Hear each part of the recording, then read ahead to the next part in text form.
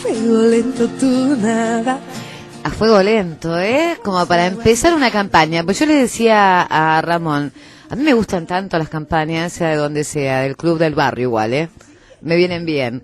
Pero bueno, en este caso lo que estamos hablando es de la carta de apoyo que le hicieron distintos protagonistas universitarios, exdecanos, docentes, estudiantes, para que Rodrigo Arim, hoy decano de la Facultad de Ciencias Económicas, bueno, acceda a ser rector de la Universidad de la República, ¿no? Y esto trae, por supuesto, aparejado un montón de historias porque nos tenemos que replantear en qué lugar estamos y a dónde nos queremos dirigir.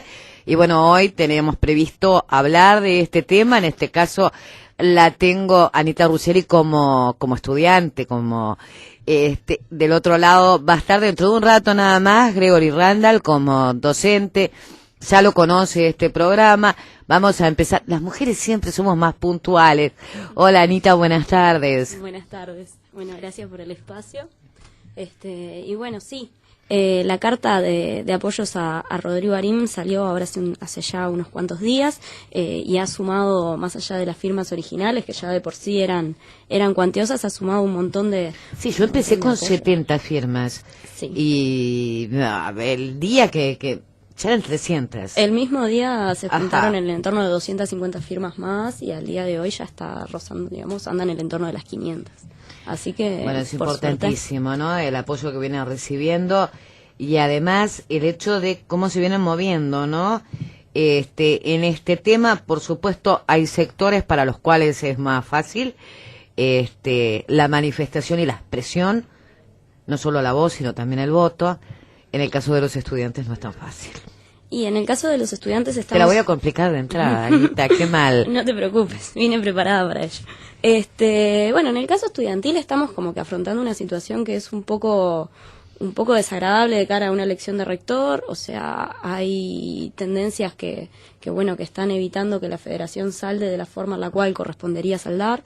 La federación debería citar una convención en la cual la convención es el ámbito programático máximo de la federación, que se reúne de forma ordinaria cada 2 años, y bueno, y correspondería citar una convención donde presentar los distintos candidatos al rectorado de la universidad, y en caso de que ninguno de ellos alcance los 2/3 de los apoyos, se debería convocar un plebiscito nacional, digamos, que alcanza no solamente a los estudiantes que están federados, sino también a los estudiantes que radican en cada una de las sedes del interior del país, y de esa forma es un mecanismo que la federación siempre ha tenido de votar en bloque, como para mantener una relevancia política en la elección de rector. Y que que le permite también el poder darle voz a aquellos compañeros y compañeras que no tienen representación que no tienen voto en la Asamblea General del Claustro, como son, digamos, todos los compañeros del interior del país, y también algunos centros de acá mismo de Montevideo que tampoco tienen voz debido a que se crean las distintas facultades después de la Ley Orgánica del 58. Esto ya pasó. Por lo tanto, cuando uno empieza a mirar esta situación, la empieza a mirar desde una experiencia anterior para prevenir mayores males.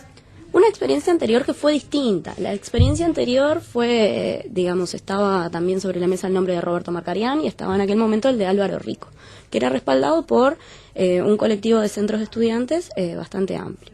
También la posibilidad en un principio de Gregory, que quedó en la nada por una cuestión de nacionalidad, ¿no? Sí, lamentablemente. Sí, evidentemente. Gregory es una persona que siempre ha estado en la agenda de varios de nuestros centros de estudiantes como candidato, posible candidato a rector. Ahora está cursando la licenciatura en desarrollo, así que quizás en algún momento cuando tenga ese título pueda ser también un candidato manejable por muchos centros de estudiantes que lo reconocemos como un actor que a la interna de la universidad ha sabido conducir procesos importantes y de una forma más que satisfactoria. Pero lo bueno es esto que tiende a renovar, ¿no? No solo a renovar desde la edad, sino renovar desde la idea. Sí, es verdad. Nosotros, desde la restauración democrática nunca había habido un candidato rector que no repitiera en su mandato. Y en esta elección tenemos la particularidad de poder tener en Rodrigo un candidato joven, Rodrigo tiene 46 años, que ya tiene una experiencia sumamente positiva, evaluada como positiva por todos los actores de la Facultad de Economía en estos últimos 8 años de decanato. En esa experiencia ha liderado de forma más que exitosa transformaciones sumamente profundas de lo que fue el cambio del plan de estudios de la facultad, lo que fue la departamentalización de la facultad, lo que fue, bueno, la generación de una trayectoria docente, una carrera docente que permitiera que los grados pudieran concursar y transformarse de forma efectiva. En fin, la facultad vivió como que un proceso muy amplio donde se desplegó en el territorio nacional. Hoy en día está presente en 5 departamentos del interior del país. Tiene un montón de estudiantes allí. Se trabaja de forma muy fuerte el tema de la descentralización. El tema de los posgrados también ha estado sobre la agenda y se ha estado trabajando para mejorarlos, ampliar la oferta de posgrados, el generar incluso ahora estamos teniendo como las primeras experiencias en donde tenemos estudiantes que tienen becas de posgrado en donde a esos estudiantes se les paga para que puedan trabajar. Absolutamente necesario para evolucionar, ¿no? Como... Totalmente necesario para el desarrollo del país. Que necesitamos un país que tenga cada vez más egresados de la educación superior para de esa forma poder contribuir al desarrollo productivo. El tema de los egresados es todo un tema, ¿no? El tema de los egresados y el tema que en muchísimas oportunidades los políticos llaman fuga de cerebros, ¿no? Porque no solo hay que darles conocimiento, pero después ¿qué les damos para que se queden acá? Sí, o sea, el país ha mejorado en ese sentido. O sea, Rodrigo, ayer conversábamos con él justamente sobre una cuestión de esto, de que antes muchas veces de los egresados se iban afuera del país a completar sus estudios, a realizar doctorados o lo que sea, y que después no volvían. Y eso es claramente un ejemplo de lo que es la fuga de cerebros. Rodrigo nos contaba que de su generación hay únicamente 2 personas que volvieron, él y otra persona más. Te das cuenta que es muy poco, ¿no? Es sumamente poco. Y al día de hoy eso se está revirtiendo, sino que incluso también tenemos personas extranjeras que vienen acá a estudiar a nuestro país, y eso también es generado porque existen las posibilidades de desarrollar una carrera académica a la interna de la Universidad de la República, y eso es un valor que hay que cuidar muchísimo. La universidad genera el 80% de la investigación que se produce en este país, y eso es algo sumamente importante. Bueno, un 80% con un porcentaje muy bajo, y acá nos vamos a que en este momento se está llevando adelante el tratamiento de la ley de rendición de cuentas en la Cámara de Diputados, ya votando a esta altura en comisión, y la universidad necesita presupuesto para crecer, y necesitamos además investigación para ser el país que debemos ser. Claramente. La educación es un factor de empoderamiento de las clases populares sumamente relevante. En ese sentido debe ser priorizado en la agenda de cualquier gobierno que apunte a la mejora de la calidad de vida de sus habitantes. Y en ese sentido, la universidad plantea un pedido presupuestal que no es descabellado ni nada por el estilo, sino que va acorde a lo que es una promesa electoral que se hizo por parte del gobierno en su momento de tender al 6% más un 1% para investigación y desarrollo. Hoy en día, en esta instancia se está dando nada más que un 16% de lo que solicita la universidad. Y eso claramente compromete las posibilidades de desarrollo de la universidad, e incluso también compromete como que las posibilidades de continuar manteniendo los estándares de calidad que tiene mismo al día de hoy la universidad, en el entendido de que la matrícula universitaria se ha multiplicado ¿Cómo le por hicimos correr? 100. Yo lo estaba esperando con el tema de descentralización, lo estaba esperando. Bienvenido, Gregorio Randall, ya habíamos hablado de ti hace un ratito, estábamos hablando con Anita ahora del presupuesto y de la necesidad de tener un presupuesto además para que esta universidad tenga posibilidades de investigación que nos amplíen, ¿no?, los conocimientos, por sobre todas las cosas, las posibilidades. Antes de ustedes estaba hablando con Rodolfo Silveira de la UTEC, así que miren por dónde voy encaminada hoy, ¿no?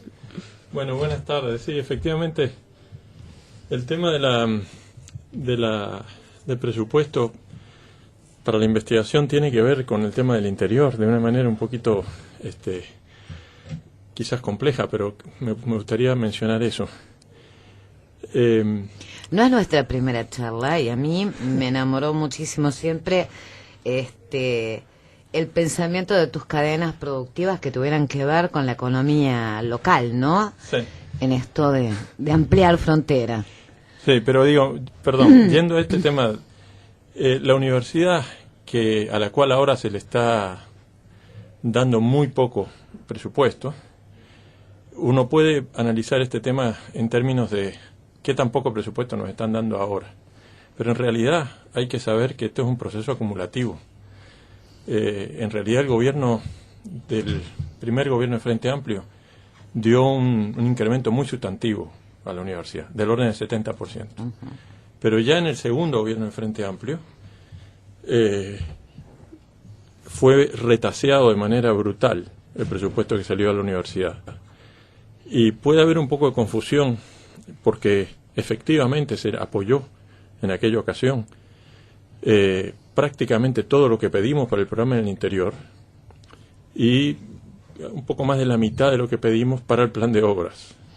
Pero no se dio casi nada para, digamos, el grueso de la actividad universitaria en todo el país. Por ejemplo, para investigación, para dedicaciones totales, para, digamos, alimentar el incremento muy grande de la cantidad de estudiantes que atendemos en todo el país. En aquel momento nosotros ya señalamos que era un error, un grave error, decir de alguna manera, les damos todo para el interior y no les damos nada, o casi nada, para el resto de la institución. Uh-huh. Eso generó, entre otras cosas, una división a la interna de la institución, que por supuesto una parte muy importante de la institución veía que el interior era satisfecho en sus necesidades, pero resentía las dificultades muy grandes para atender las necesidades de crecimiento institucional, que son muy importantes. Fíjese que si uno mira, por ejemplo, en los últimos 15 años, el número de egresados universitarios se ha casi duplicado. Y eso significa que en todas las carreras, en todas las facultades, ha aumentado el número de estudiantes que pasan por los salones, el número de docentes que hace falta para atenderlos. Entonces, el congelamiento de los recursos para atender esas necesidades crecientes significó, como digo, una dificultad que ha repercutido, yo diría indirectamente, en que en este periodo no ha habido un crecimiento en los recursos destinados al interior, y entonces es un proceso muy importante para el país y para la universidad, como ha sido la expansión de la universidad en el interior. Uh-huh. Ha tenido dificultades presupuestales sustantivas en este periodo, que tienen que ver con esa manera de canalizar los recursos en el periodo anterior. Pero a eso se suma que en este periodo hemos tenido un incremento ridículamente bajo. Entonces no estamos hablando de que este año no nos dan. Estamos hablando de repente de 10 años de acumulación, de acumulación de necesidades insatisfechas en temas cruciales. Estamos hablando de la enseñanza, estamos hablando de la capacidad que tenemos, por ejemplo, para que los estudiantes realmente puedan progresar y no se desvinculen de la institución, de los cupos en las carreras. O sea, estamos hablando de temas, o por ejemplo, de los problemas edilicios, los edificios en Montevideo, de los edificios que no son parte del programa del interior. Por eso digo que está relacionado de una manera que quizás los oyentes no perciben directamente. Tenemos los dos problemas, el problema de, digamos, congelamiento presupuestal respecto al programa del interior, que es muy grave, porque no se puede, cuando se está en medio de un proceso de esa dimensión... con muy buenos resultados, además, con resultados evidentes. Con resultados reconocidos por la gente. No completarlo significa en algunos casos un retroceso. Muy grande. Además estamos hablando de que los recursos de hoy se tienen que estirar hasta el 2021.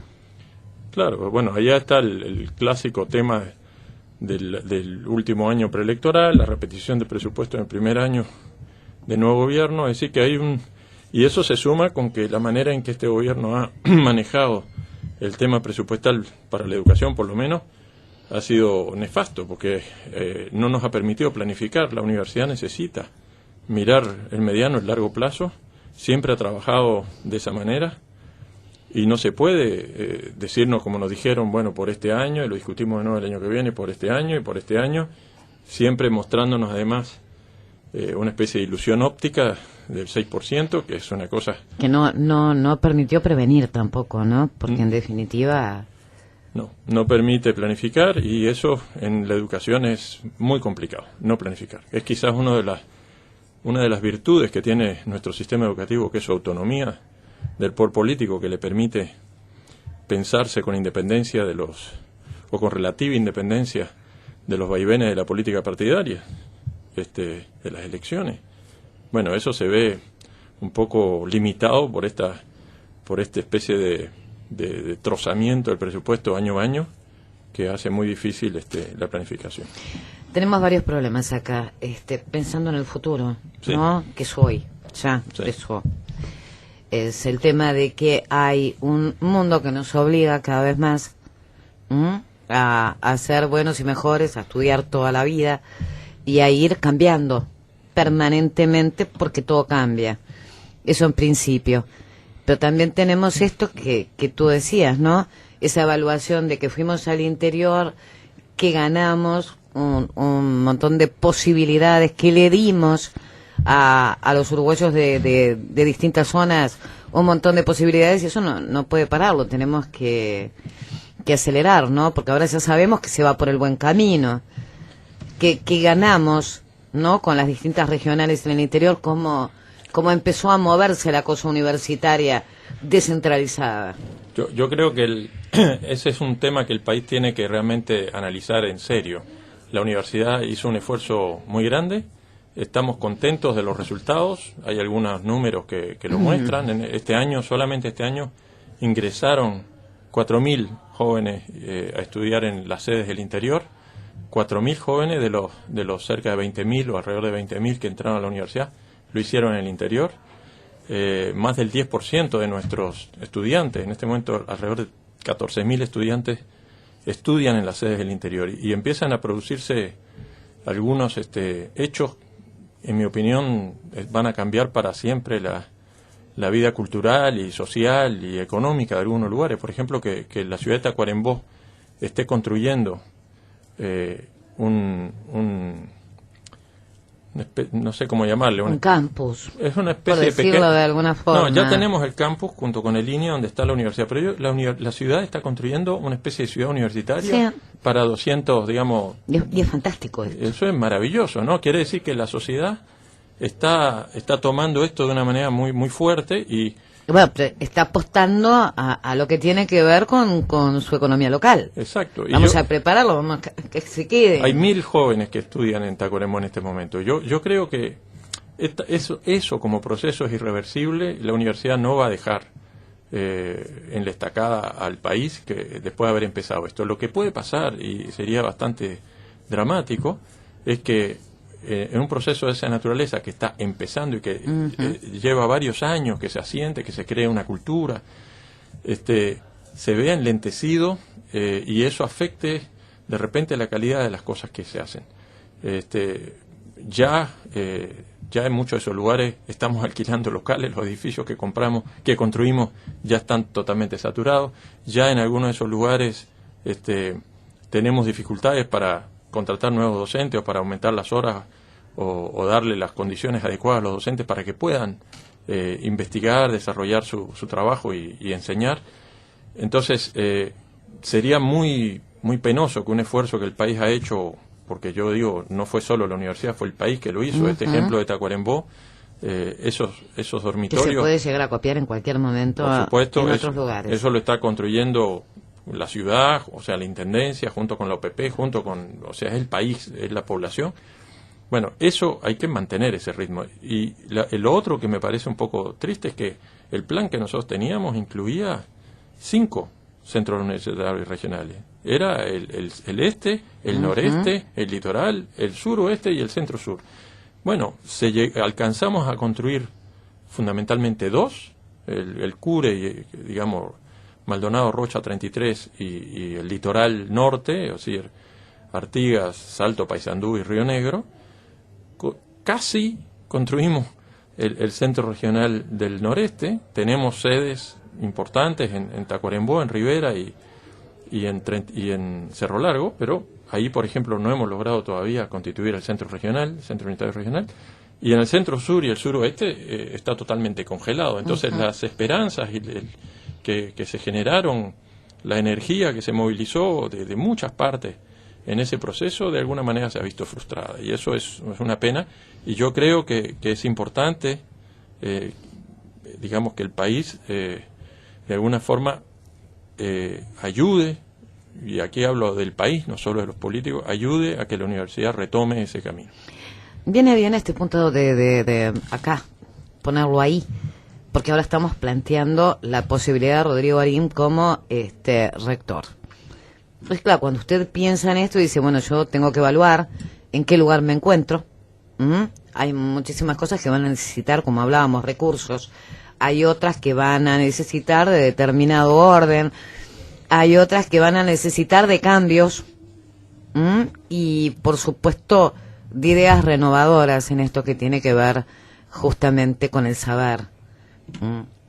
¿Desde qué lugar se lo plantea?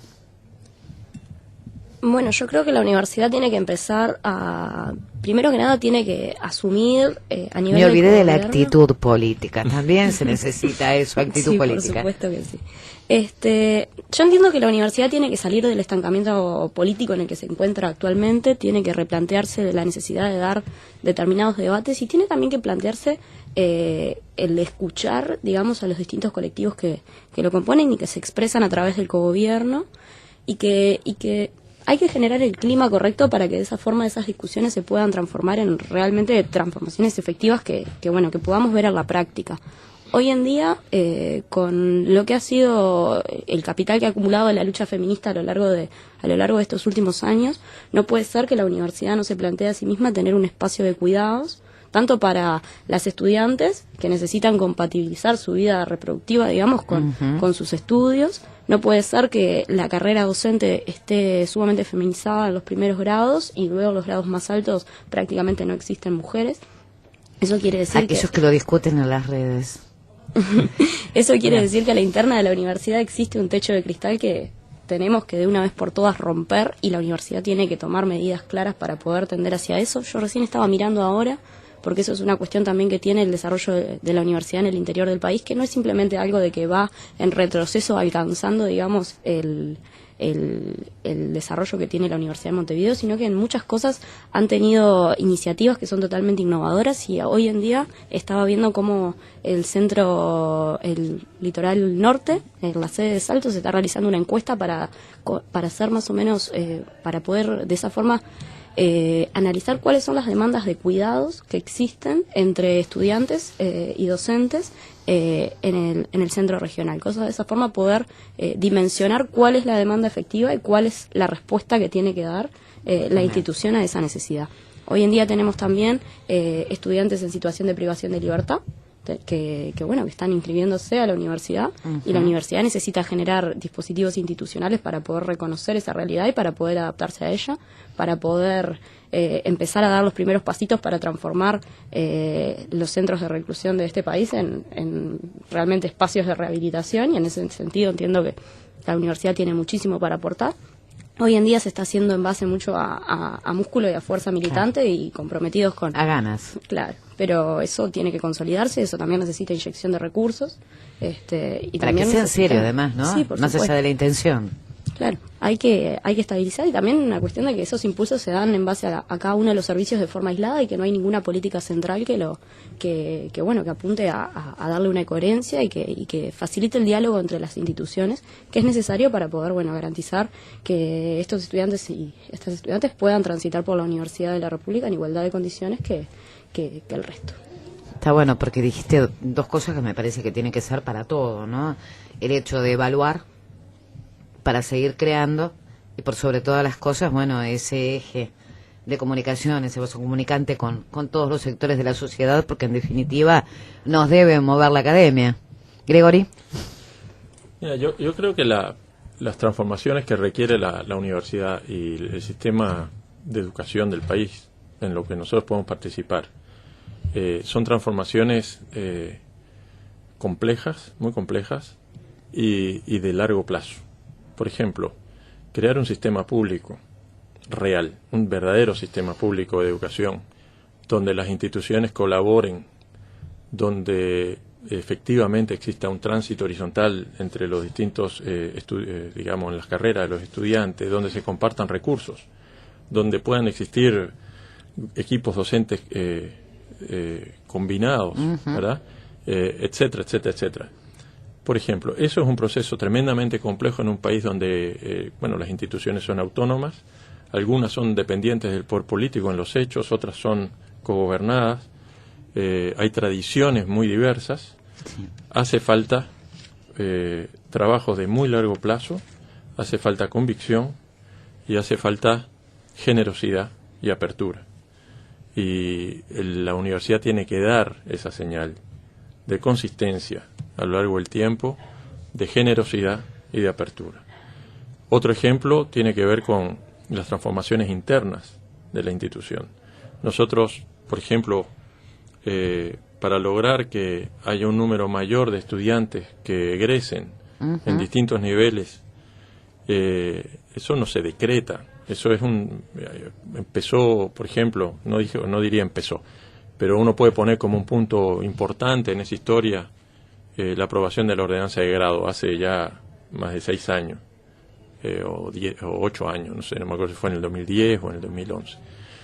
La aprobación de la ordenanza de grado implicó después la modificación de los planes de estudio de prácticamente todas las carreras. En este momento creo que más del 80% de las carreras de la universidad, y son más de 100 carreras, han modificado sus planes de estudio. Y después toda una cantidad de transformaciones normativas y prácticas para lograr que realmente se pase de una cuestión que son conceptos, ¿no? Por ejemplo, la flexibilidad, la horizontalidad, el tránsito horizontal, cuestiones que son conceptos, a cuestiones reales, que un estudiante sepa que puede modificar su currículum en función de los cambios que tú mencionabas del conocimiento, que un estudiante sepa que puede hacer algunas asignaturas en otra carrera, que eso suceda porque en sí, esas que otras... movilidad y flexibilidad, ¿no? Por parte de... Que eso que en las otras facultades exista el espacio y los lugares y los recursos para que los estudiantes puedan efectivamente hacerlo. Bueno, hay muchísimas transformaciones. Entonces, estas transformaciones llevan de repente 10, 15 años, no son transformaciones de 4 años.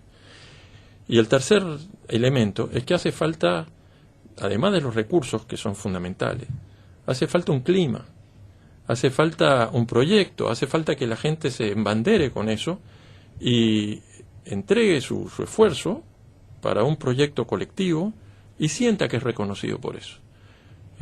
A mí me duele cuando veo, por ejemplo, gente que se fue al interior en una patriada, porque muchos de los que se fueron, hablando con Anita, muchos de los que se fueron, y me lo habías contado tú hace un tiempo también. Muchos de los que se fueron, por supuesto, en ciertos aspectos mejoraron sus condiciones de trabajo, quizás, o obtuvieron posibilidades que no tenían, pero en muchos otros aspectos significa un sacrificio. Esa gente eran parte, o son parte, de un proyecto universitario compartido. Y es una responsabilidad de la universidad mantener a lo largo de los años, sea quien sea el rector, quien sea el Consejo Directivo Central, una orientación y un reconocimiento y un clima que permita que la gente sienta que el trabajo que está haciendo es reconocido y que tiene frutos al final. Eso al final pasa, porque estamos llenos de gente valiosa. El país tiene esa dificultad para reconocerlo, pero estamos llenos de gente valiosa. Dicho eso, no puede ser que estemos permanentemente, digamos, enfrentándonos con pequeñeces, digamos, que limitan la potencia de lo que podemos hacer. Y yo creo que ahí radica una de las razones por las cuales nosotros necesitamos que la universidad recupere esa energía y ese clima que nos permita seguir trabajando hacia adelante. De repente los objetivos son compartidos. Los objetivos que tenemos son compartidos. Yo creo que, por ejemplo, sobre respecto al interior, a pesar de que fue en su momento criticado e injustamente vilipendiado ese programa, hoy en día creo que es una cuestión reconocida por toda la universidad. Bueno, pero no hace falta solo reconocerlo. Habló por sí mismo. Sí. Habló por sí mismo. Sí. No digo yo, a mí personalmente no me preocupa. Te digo. El programa habló por sí mismo, dio sus resultados y están a la vista. ¿Que tiene problemas? Por supuesto que tiene 1000 problemas. No hay nada que uno haga en la vida que no tenga problemas. Bueno, una aventura también, ¿no? No, la única forma de no cometer errores es no hacer nada. Obviamente. Digamos. Entonces estamos claros que hay errores y que hay que corregir esos errores. Se lo debemos al interior también. Pero tiene que haber un mensaje claro. Entonces creo que el mensaje de continuidad a lo largo del tiempo, el mensaje de reconocimiento, el mensaje de clima, son cosas muy importantes y además creo también que el país reconoce eso y de alguna forma contribuye a eso. La sociedad contribuye a eso. Bueno, lo va a reconocer si le dio la posibilidad a muchísima gente que no podía hacer otra cosa. Lo hablábamos hace un rato con Rodolfo, ¿no? Las mujeres eran maestras, los hombres se metían en la escuela de policía. Digo, no había posibilidades de otra cosa. A ver, lo voy a decir yo. Durante toda esta gestión, la cosa ha sido muy ortodoxa. Y a veces a puerta cerrada. Marcaría no ha sido muy afecto a determinadas simpatías, ni siquiera para sumar entre los distintos sectores de la sociedad. También tenemos el tema de que para algunos la autonomía, el gobierno tienen que avanzar, tienen que dar un paso más, porque se están quedando viejos. Hay que cambiar las estructuras. Y se ha aprendido sobre todo esto. Pero si miramos determinados, y no es por ponerte la cosa política, pero determinados sectores políticos quisieran cortarla de una vez, y si es posible, privatizamos. Bueno, a ver, primero, yo no quisiera para nada caer en las cuestiones personales. Yo aprecio muchísimo a Marcarián, me parece que es un gran universitario. Pero puede ser una persona más jugada, un ortodoxo. Para mí es ortodoxo. No, yo creo que él tiene una manera de ver las cosas y una manera de decirlas propia de él. A veces no comparto lo que dice o cómo lo dice. Pero, repito, me parece que es un gran universitario y lo respeto mucho. Dicho eso, sobre ese punto lo que me parece que es muy importante es que la universidad debe dar una señal a la sociedad de apertura. No siempre la damos. De despertador, además, ¿no? Dicho eso, me interesa mucho el punto que usted acaba de decir sobre los modelos, sobre la autonomía, sobre la privatización. Nosotros estamos sometidos a una ofensiva privatizadora de la educación, que no es solo un problema asociado a por ejemplo, a que ahora existan instituciones privadas, sino que es un virus que nos carcome a todos, incluida la Universidad de la República. Y cuando yo hablo de... todas las ramas, obviamente. Cuando yo hablo de privatización, quiero ser muy claro. Más bien estoy hablando de mercantilización, en el sentido de que las relaciones entre nosotros pasen por relaciones de mercado. No siempre tiene que ser porque la propiedad de la institución, la propiedad de nuestra institución es pública, es gratuita. Pero hay aspectos donde empezamos a competir de manera más apegada a lo que yo llamaría relaciones mercantiles que a lo que yo llamaría relaciones de colaboración. Es un problema que nos está afectando.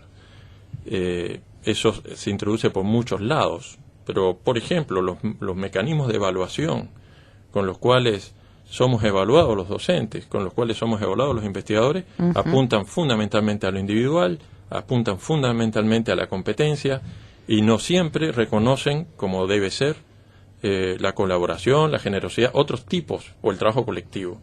Yo no digo que sea fácil ese problema. La universidad ha empezado a discutir ese tema. Creo que es uno de los grandes temas que tenemos por delante. Pero esa es una faceta de lo que yo llamo mercantilización. También tenemos que discutir en la interna, por ejemplo, la apropiación del conocimiento por sectores docentes, o la apropiación del conocimiento por la universidad misma. ¿Cómo lo compartimos? ¿Qué valor le damos digamos, a la democratización del conocimiento en serio, ¿no? Ahora mismo estamos discutiendo, ya desde hace varios años, aspectos relativos al estatuto de personal docente y, por ejemplo, la importancia de que desarrollemos con fuerza el repositorio institucional, que es una de las formas que tenemos de poner a disposición de la ciudadanía la producción de la institución. Bueno, son pasos que se van dando con el tiempo, pero que requieren decisión, requieren un impulso mayor, en mi opinión. Debo decir con dolor que al discutir la necesidad de un sistema de educación pública, y por lo tanto estoy convencido, la universidad sobre eso tiene resolución del año 2007, ese sistema tiene que estar formado por una diversidad de instituciones públicas. O sea que no reclamamos para nada el monopolio, reclamamos la existencia de varias instituciones públicas. Saludamos que el país se encamine a construir distintas instituciones públicas que nos den la posibilidad de una cierta diversidad, pero como un sistema. Una cosa es que los esfuerzos nacionales se encaminen en ese sentido desde una estrecha colaboración, una estrecha cooperación, y otra es que nos planteemos en términos de competencia. Claro. ¿Está? Fundamentalmente. No siempre ha sido en términos de cooperación. No siempre ha sido en términos generosos. Y a veces se pretende expresar a través de algunos otros modelos, o se pretenden expresar otros modelos a través de estas instituciones. Yo creo que es claro, en tiempos recientes se ha dado ya la discusión, se ha empezado a dar con más claridad la discusión, es claro qué importancia relativa se le está dando al cogobierno y a la autonomía en la UTEC respecto a la Universidad de la República. Bueno, esas cosas hay que decirlas con claridad. Es una institución universitaria pública, creada por ley, con cierta idea, ¿no? Deberíamos tener, debería terminar el periodo transitorio muy pronto. Y para eso hacen falta elecciones, según la ley, para que exista cogobierno en esa institución y deje de ser dependiente del poder político como lo es hoy. Bueno, cuesta trabajo meterse a decir cosas de otros, pero creo que son cosas que hay que decirlas porque por la vía de los hechos eso aparece como un modelo alternativo al de la universidad. Y entonces se dice... También lo que discutimos sobre la Universidad de la Educación ahora. Bueno, ahora puede ser su modelo. Aparece esto, por eso te planteaba las tres. Aparece esto como un pasito más por parte de algunos actores, ¿verdad? El Partido Colorado decía ayer, o algún vocero del Partido Colorado decía ayer, no solo no decía no va a votar, decía nosotros no queremos eso en transitorio, lo queremos en permanente. Entonces aparece en el discurso público la posibilidad de que en este país existan instituciones de educación pública, universitaria, algunas bajo el modelo, vamos a decir, de la autonomía del cogobierno, y otras bajo el modelo de la no autonomía, el no cogobierno real, porque el cogobierno a nivel del Consejo Directivo Central solo no es cogobierno, es una representación homeopática de los órdenes. El cogobierno real es cuando en el conjunto de la institución participa el demos universitario en la gestión de la institución. Y aparecen otros elementos, por supuesto, los cupos, en un país que necesita pasar de 9.000 o 10.000 egresados de la enseñanza terciaria como tenemos hoy a 25.000, 30.000, ¿verdad? Aparecen cosas muy profundas. Entonces, me parece que esa es una discusión, por supuesto, que sobrepasa la universidad, es una discusión nacional que nos tenemos que dar. Y en esa discusión, nosotros como Universidad de la República podemos mostrar no solo los defectos que tenemos muchos y que todo el mundo critica, también las virtudes. Porque fue esta universidad cogobernada y autónoma, por ejemplo, la que hizo el programa del interior. Y lo hizo porque era cogobernada y porque era autónoma. Si no hubiera sido cogobernada ni autónoma, no lo hubiera hecho. Eso es lo que yo aseguro a partir de mi propia experiencia. Fueron los estudiantes los grandes impulsores del proceso de descentralización, casi que los inventores y los impulsores de ese proceso en medio de la crisis del 2003. Te das cuenta que eso es maravilloso, ¿no? Lo que estás diciendo. Y fueron no solo los estudiantes los impulsores de la idea, también fueron los impulsores de la práctica. Y fue la autonomía de la institución que permitió que la institución se pensara a 8 o a 10 años y no a 3 o 4 o ahora a 2, como nos está planteando este gobierno con estos presupuestos cercenados cada 2 años, la que pudo planificar una patriada como la que planificó y ejecutó la Universidad de la República durante estos 10 años, porque durante este periodo rectoral, con todas las diferencias, el proceso en el interior ha seguido desarrollándose. Entonces, me parece que es un gran tema que sobrepasa la interna universitaria, que el país se debe discutir y en la cual nosotros podemos poner sobre la mesa las virtudes de poder discutir democráticamente, por eso, más lentamente, pero más fuerte, más robusto. Cuando sale de la democracia universitaria una decisión como la que tomamos de ir al interior, entonces eso se hace. No viene un presidente y cambia al presidente del Codicen o al presidente, a quien sea, A una autoridad. Sí. a una autoridad en medio de cuando estás cruzando el río en medio del caballo.